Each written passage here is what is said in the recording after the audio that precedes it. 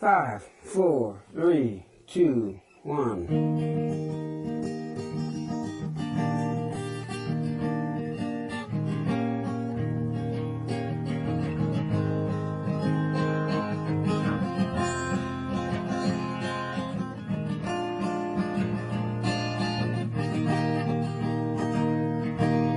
This is just a little chord progression to start today because everybody needs to chill out.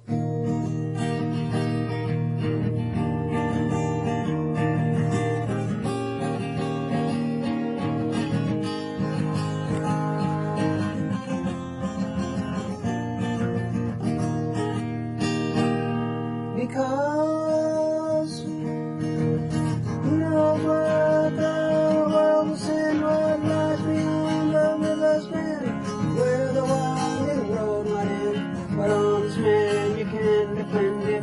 I said so, I'll be your friend.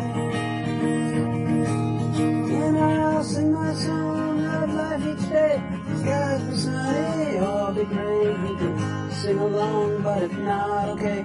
Just find a place to laugh and pray and meditate to do what it is you do and seek some peace and joy. Create more than destroy. Seek some peace and joy. Come what may.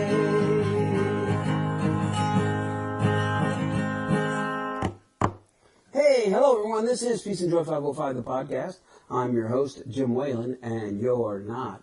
And today's episode, well, haven't had one for a while, and I feel kind of a little non-responsible. I've been posting blogs, but not so frequently. I've just been trying to do two things.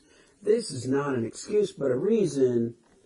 There's been a lot of red-hot rhetoric out there, a lot of social unrest, a lot of anxiety floating around, and I'm trying very, very, very hard to stay non-political, even though that's difficult given the archetypical behavior of some of our main political characters, I guess.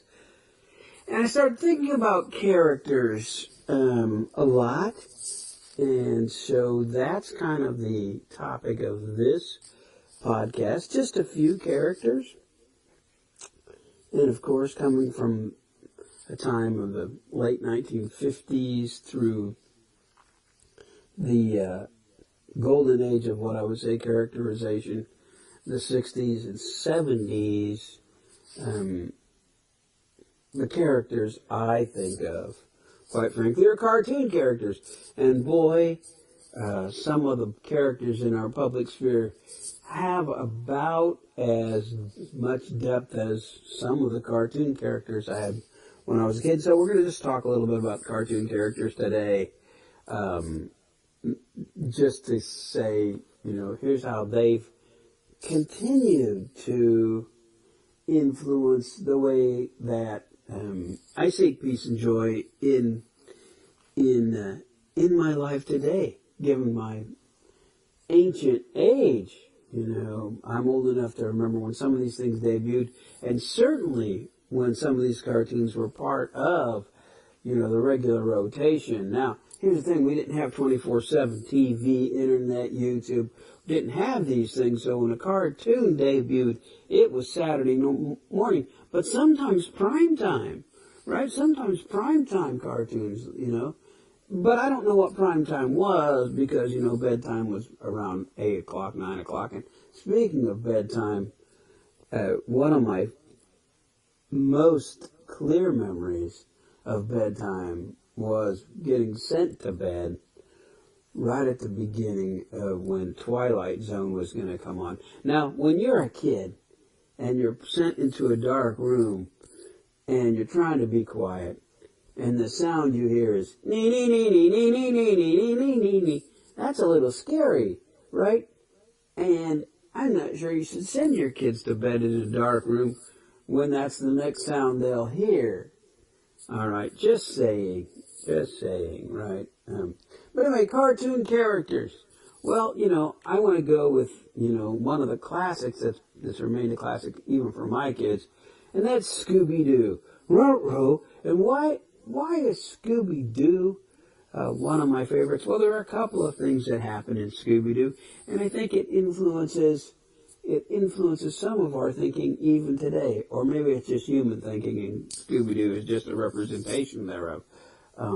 But there are a couple of things. One, there's a mystery. There is fear, right? And fear is sort of promoted, right? There's some togetherness in terms of the gang cooperating. Of course, there's Scooby-Doo and Shaggy, which is that sort of drug overtone, like stoner kind of thing, where every group has a couple of stoners and they're seeking food and it's all good. And there's got to be that, right? There's got to be that thing. But here's the thing. There's an elaborate plot, right? So there's sort of this elaborate plot going on, and there's this complicated plan, and that complicated plan almost always fails, right? Ending in something humorous, something unexpected, not necessarily a disaster, but not good, right? And in the end, what's always good is that what happens is they catch the thief. They catch the creep, and they reveal that there was not this deep state mystery, right? There was not this deep state mystery. In fact, it was a character that was always involved, right? It wasn't some mysterious conspiracy that was happening out there, right? It wasn't that. And in the end, when they unmask the person, right? First of all, there's always this sort of mini whine that the crook villain sort of says, and I would have gotten away with it too if it hadn't been for you meddling kids.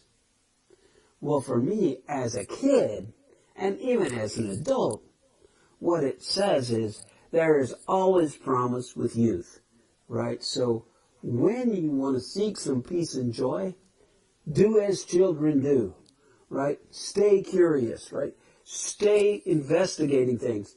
Stay trying to do different things than those that have done before, and understand that there are solutions out there, even though they're not immediately obvious, right?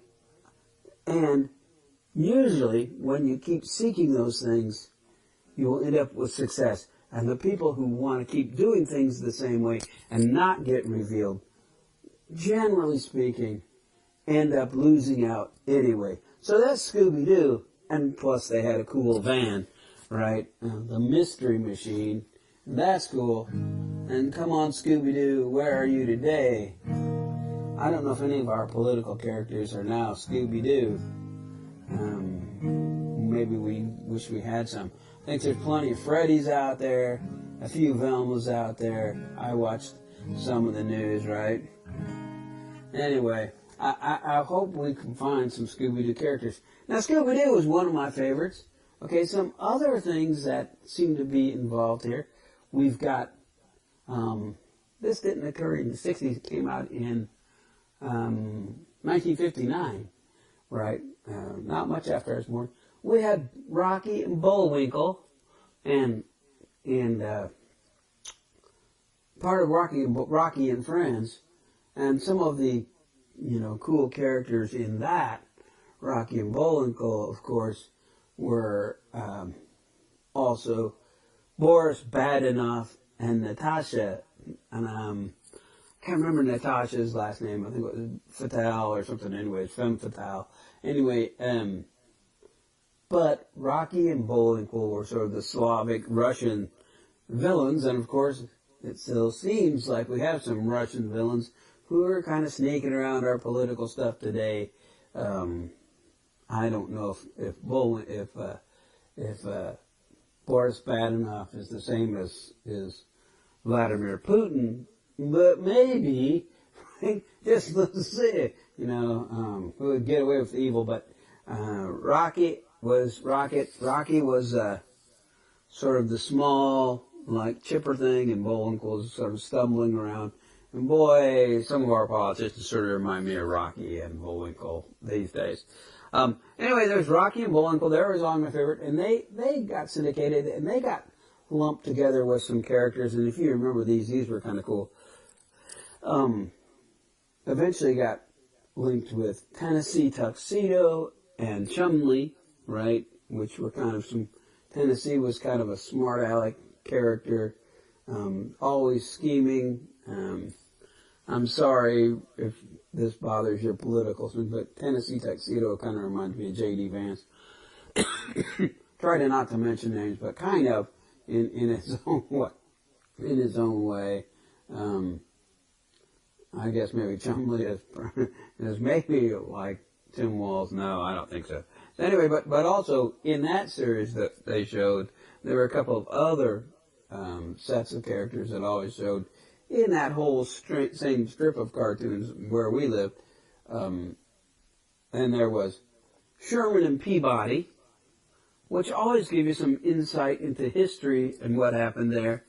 And I think it taught kids that there was some important stuff to be known in history. And I think in order to seek peace and joy, we have to think about history. But what was good with Sherman and Peabody, and they took the Wayback Machine, right, to different places in history. What was good about that is that it not necessarily focused on the history, but it focused on the lesson.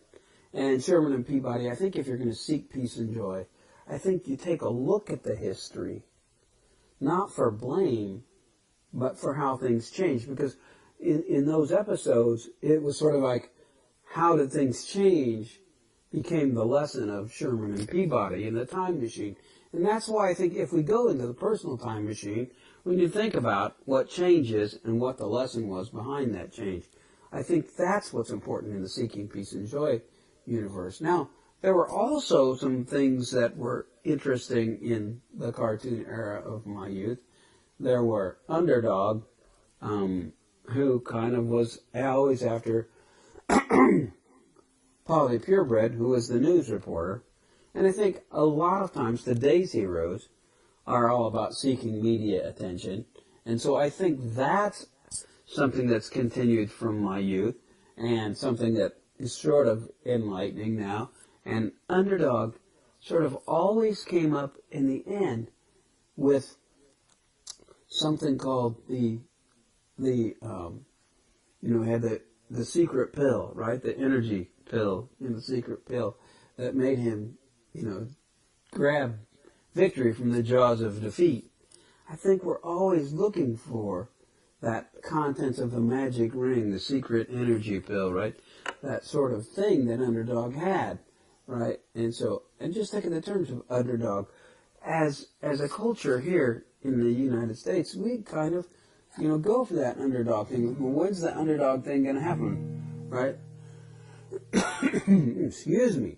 But, so there were Underdog, and I always liked the names, and this is to my R.I.P. Don, my brother. He always loved the characters, the evil characters, Riff Raff, Simon Bar Sinister, those Cad, those were pretty neat evil characters.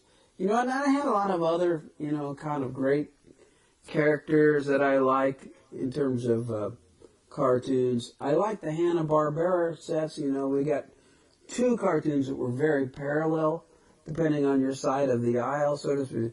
Whether you're going to make America great again by going back to the Flintstones period, or you're going to move ahead and go to the Jetsons. They had some of the same sort of characteristics. The husbands were kind of a little buffoonish. They loved their wives, but they made lots of mistakes. I think those characters actually have had some repercussions in terms of our society, in terms of fatherhood, maleness, but we're not going to overdo it. I think they have redeeming characteristics as well. So there's Fred and Barney, there's Wilma, Bam Bam, Betty, Betty, Fred, and then the Jetsons, of course, had this modern thing, and I think we look at Star Trek and the Jetsons, and in our current thing and say, man, they had video calls. About the only, and they had robot maids. We got that, right? We got video calls. We got that, right? We have a lot of things at the Jetsons. We have a lot of Internet of Things, Same with the Star Trek thing. We've gone beyond even the flip phone. We got the talking computer stuff. We've got all of that, in those sorts of things, and that's pretty cool. But we've got an alternative power car now, Tesla and some of the things from China. Fred had the foot-powered car. We don't have flying cars yet. Well, we have some prototypes, and boy, I don't know if we should have flying cars, but again, those cartoons sort of provided a mindset for, what I thought was fanciful or not growing up. Now, those were like the key things. Now, like I said, there's a bunch of Hanna-Barbera characters, also like Wally Gator, just a bunch of Hanna-Barbera people, characters.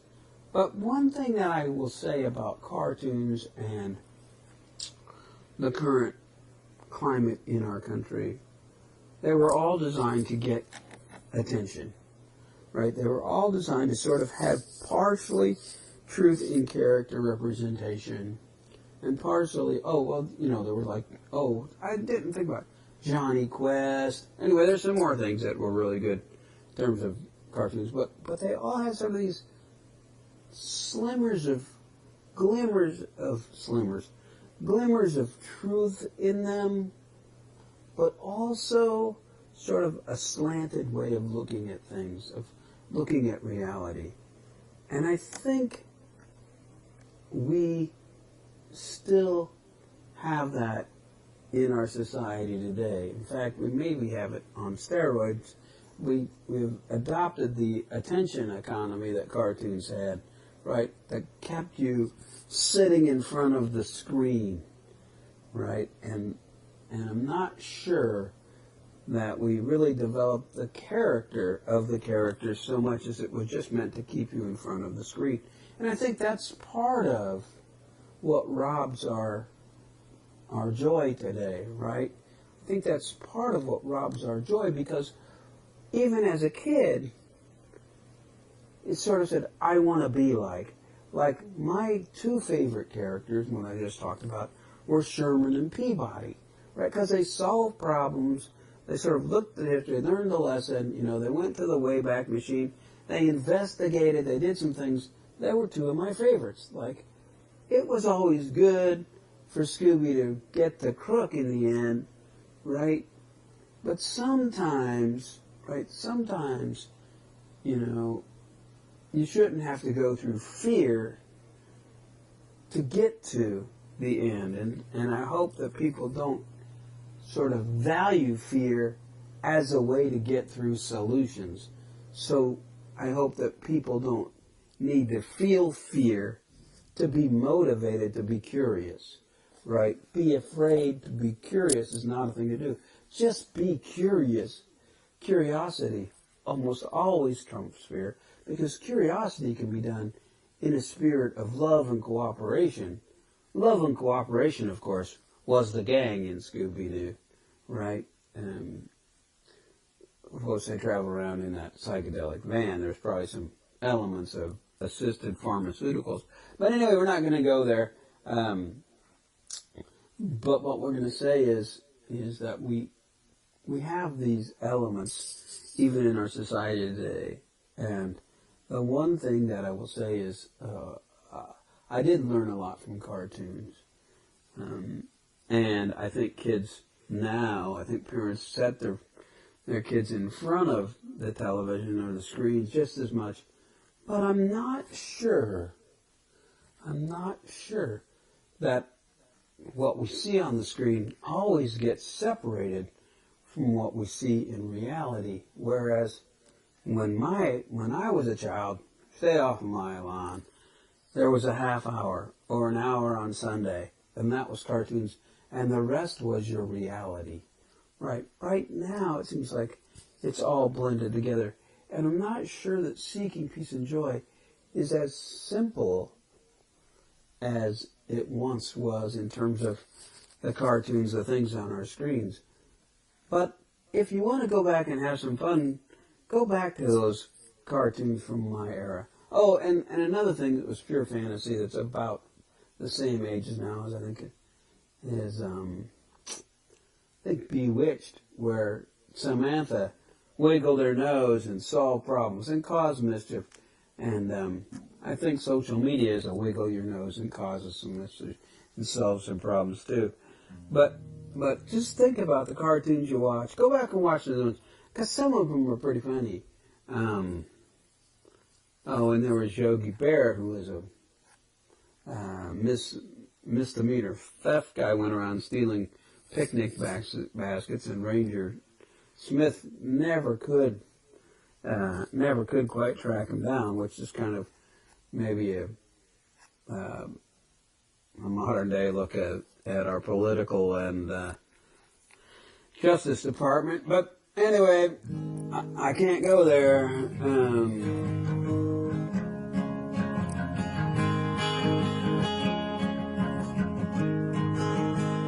Just pay attention to what you watch in terms of cartoons.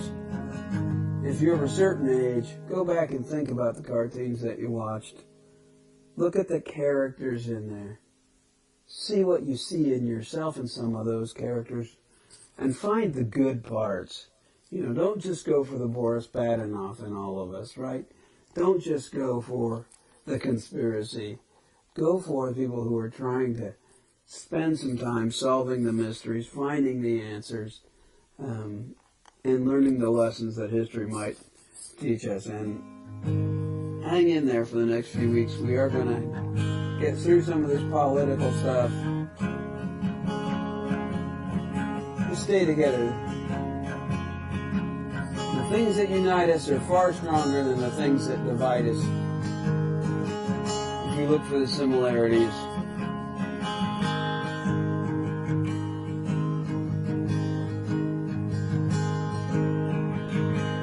And remember,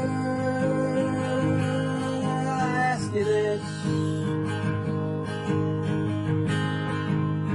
Who knows what the world will send? What lies beyond the river's bend?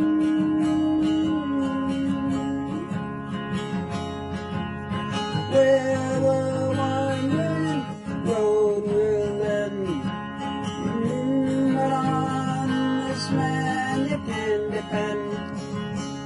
You would have got no earth if it hadn't been for those million years.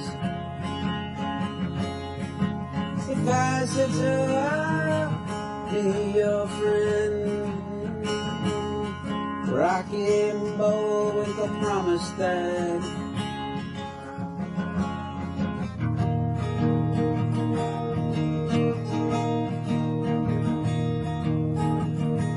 And Flintstones make the Flintstones. Oh, that's not a song. But I'll sing my song of hope each day. Sky, I'll sing my song of life each day. Skies be sunny, all be gray. You can sing along, but it's not okay. Just find a place to laugh and pray and meditate and do what it is you Scooby-Dooby-Doo.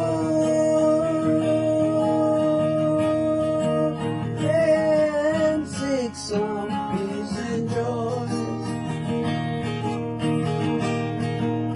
Create more than destroy. Seek some peace and joy.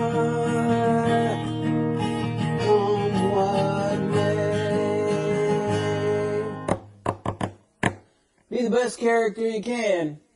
Help people draw and carry out the best they can. Time to stop now. Row, row. Seek peace and joy. Oh,